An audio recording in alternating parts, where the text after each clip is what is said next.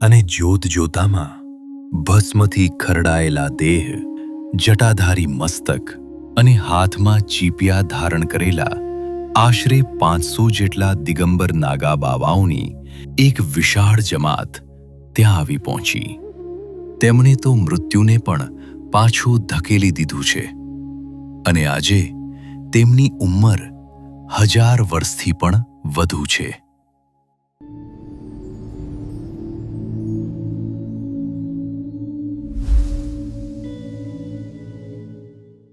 નીલકંઠ વર્ણિના પાવન ચરણો હવે હિમાલયની પવિત્ર ગોદમાં પુલ્હાશ્રમ તરફ આગળ વધી રહ્યા હતા. તેમનું લક્ષ્ય હતું ઉત્તર દિશા. માર્ગમાં ડગલે ને પગલે કુદરતની કસોટીઓ હતી. ચાલતા ચાલતા એક એવી જગ્યા આવી જ્યાં આગળ વધવાનો કોઈ માર્ગ જ રહ્યો નહોતો. માત્ર તોફાની ગંડકી નદીનો ભયાનક પ્રવાહ ગર્જના કરી રહ્યો હતો. પરંતુ જેમના સંકલ્પમાં આખું બ્રહ્માંડ સમાયેલું છે, તેમને આ પ્રવાહ રોકી શકે તેમ નહોતો. વર્ણિરાજે એ તોફાની જળમાં ઝંપલાવ્યું અને સામે પાર જઈ એક અંધારી ગુફામાં પ્રવેશ્યા. આખી રાત એ ભયાનક ગુફામાં ચાલતા રહ્યા અને વહેલી સવારે જ્યારે બહાર નીકળ્યા, ત્યાં એક નિર્મળ જળનો ઝરો અને કેળાના વૃક્ષો હતા. પ્રભુએ ત્યાં નિત્યવિધિ પતાવી અને ક્ષુધા નિવૃત્તિ માટે માત્ર 2 થી 3 કેળાનો આહાર કર્યો. એકાંત અને શાંત હિમાલયની એક કંદરાઓમાં અચાનક ગુંજારવ સંભળાયો અને જોત જોતામાં ભસ્મથી ખરડાયેલા દેહ, જટાધારી મસ્તક અને હાથમાં ચીપિયા ધારણ કરેલા આશરે 500 જેટલા દિગંબર નાગા બાવાઓની એક વિશાળ જમાત ત્યાં આવી પહોંચી. આ જમાતના ગુરુજી સૌથી આગળ હતા. જેવી તેમની નજર તેજસ્વી અને શાંત મુદ્રામાં બેઠેલા બાળયોગી પર પડી, તેઓ એક અદ્ભુત આકર્ષણ અનુભવવા લાગ્યા. આખું સંત મંડળ વર્ણિરાજની નજીક આવ્યું અને આદરપૂર્વક વંદન કર્યા. સહજ સ્વભાવે વર્ણિરાજે પૂછ્યું, તમે કોણ છો અને ક્યાંથી આવો છો? ત્યારે ગુરુજીના મુખ્ય શિષ્યે ગર્વ સાથે ઉત્તર આપ્યો, હે બાળયોગી, આ અમારા ગુરુજી છે, જેમણે કઠોર હઠયોગ સાધ્યો છે. તેમના હઠયોગના પ્રતાપે તેમને દૂરદર્શન અને દૂરશ્રવણ જેવી અનેક સિદ્ધિઓ પ્રાપ્ત થઈ છે. તેઓ હજારો ગાઉ દૂરની વસ્તુ જોઈ શકે છે અને સાંભળી શકે છે. તેમણે તો મૃત્યુને પણ પાછું ધકેલી દીધું છે અને આજે તેમની ઉંમર 1000 વર્ષથી પણ વધુ છે.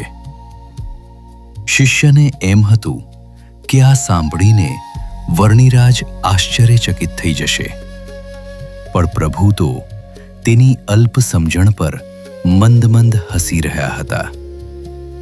શિષ્યે આગળ વધતા કહ્યું કે એક મોટા રાજા પણ અમારા ગુરુજીના શિષ્ય છે. તેઓ હઠયોગના બળે રાજ્યમાં બેઠા બેઠા જ જાણી ગયા છે કે અમે અહીં એકત્ર થયા છીએ.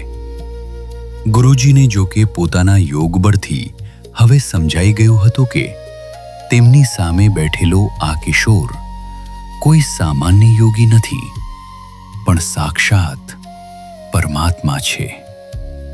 તેમણે હાથ જોડી નમ્રતાથી કહ્યું, હે પરાત્પર પરમેશ્વર, આપ તો અંતર્યામી છો. અમે તો યોગભ્રષ્ટ આત્માઓ છીએ અને દુર્વાસા ઋષિના શિષ્યો છીએ. આ પવિત્ર ભૂમિ પર ભગવાનની કૃપા વગર કોઈ આવી શકતું નથી. અગાઉ અર્જુન અહીં આવ્યા હતા અને આજે આપના દર્શન થયા, એટલે હવે ખાતરી થઈ ગઈ કે અમારું કલ્યાણ નિશ્ચિત છે. ત્યારે વર્ણિરાજે અદ્ભુત વાત કરી, રાજન, તમારી જેમ ઘણા રાજાઓ અમને મળ્યા છે, પણ જો હું રાજાઓના મહેલોમાં રોકાતો રહું તો લાખો જીવોના કલ્યાણનું જે કાર્ય મારે કરવાનું છે તે ક્યારે થશે? તમારે જો અમને રાજી કરવા હોય તો અમને માત્ર સંભાળજો. જ્યારે જ્યારે તમે સાચા હૃદયથી અમને યાદ કરશો ત્યારે ત્યારે અમે તમને દર્શન દઈશું. જ્યારે વર્ણિરાજ ત્યાંથી વિદાય લેવા તૈયાર થયા ત્યારે ગુરુજીએ રૂંધાયેલા કંઠે પ્રાર્થના કરી, હે પ્રભુ, અમને મુક્તિનો માર્ગ બતાવતા જાઓ.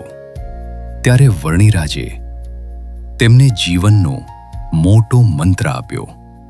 તેમણે કહ્યું કે તમે જે હઠયોગ સાધ્યો છે તે ભવિષ્યમાં અહંકાર વધારનારો અને બંધનરૂપ બની શકે છે. સિદ્ધિઓ મળવાથી માણસ ભગવાનનું કરતાપણું ભૂલી જાય છે અને પોતાને જ સર્વસ્વ માને છે. જો તમારે ખરેખર મોક્ષ જોઈએ છે તો હવે તમે ભક્તિ યોગનો રાજમાર્ગ અપનાવો. ભક્તિ યોગ દ્વારા પ્રભુની પ્રાપ્તિ અત્યંત સુગમ છે. પ્રભુએ તેમને દિગંબર અવસ્થા છોડી વસ્ત્ર ધારણ કરવાની અને સત્સંગમાં પુનઃજન્મ લઈને આત્યંતિક કલ્યાણ પામવાની રીત બતાવી. જેવા વર્ણિરાજ ત્યાંથી આગળ વધ્યા, સૌ ભક્તો રોકાઈ જાઓની આજીજી કરવા લાગ્યા. એટલે વર્ણિરાજે પોતાની દિવ્ય શક્તિથી ત્યાં જ અદૃશ્ય થઈ ગયા. રાજા અને વૈરાગીઓને દુઃખ તો થયું, પણ પ્રભુના વચનો યાદ રાખી તેમણે હઠયોગનો માર્ગ છોડી ભક્તિ યોગ સ્વીકાર્યો અને પરમ શાંતિ પામ્યા. ત્યાંથી વર્ણિરાજ વિકટ વનની વાટે ચાલતા ચાલતા એક ઊંચી ભેખર પાસે પહોંચ્યા, જ્યાં કાળી ગંડકી નદી ઊંડી ખીણમાં પ્રચંડ વેગથી વહી રહી હતી. પ્રભુએ ફરીથી એ જોરદાર પ્રવાહમાં ઝંપલાવ્યું અને પૂર્વ તરફના કિનારે પહોંચી ગયા. સામે હતું કુદરતનું એક એવું વિરાટ રૂપ જે જોઈને કોઈ પણ સામાન્ય માનવીના હૈયા થંભી જાય.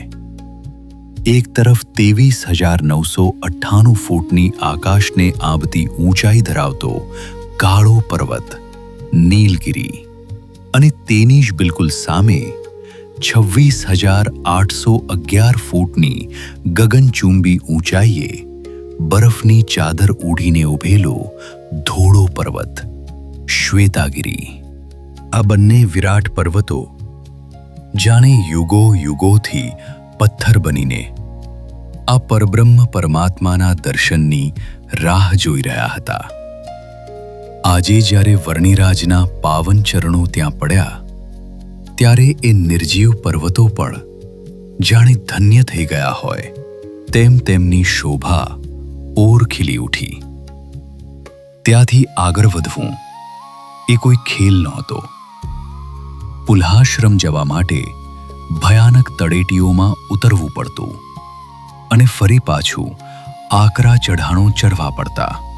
આ કઠિન માર્ગ કાપીને વર્ણિરાજ છેક 12,430 ફૂટની ઊંચાઈએ આવેલા કાગબેની નામના પવિત્ર સ્થાને પહોંચ્યા.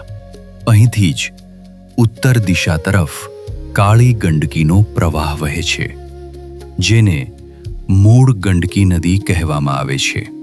પથ્થરોથી ભરેલા એ દુર્ગમ માર્ગે હળહળતી ઠંડીમાં પણ અવિચળ ભાવે ચાલતા ચાલતા અંતે પ્રભુ એ પરમ પવિત્ર પુલ્હાશ્રમ ખાતે પધાર્યા.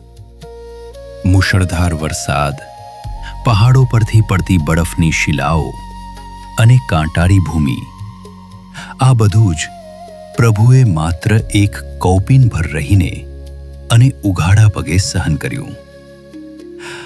આપણા હૈયામાં એ વિચારીને જ અરેરાટી છવાઈ જાય છે કે આપણા ઈષ્ટદેવે જીવોના કલ્યાણ માટે કેવા આકરા કષ્ટ વેઠ્યા હશે.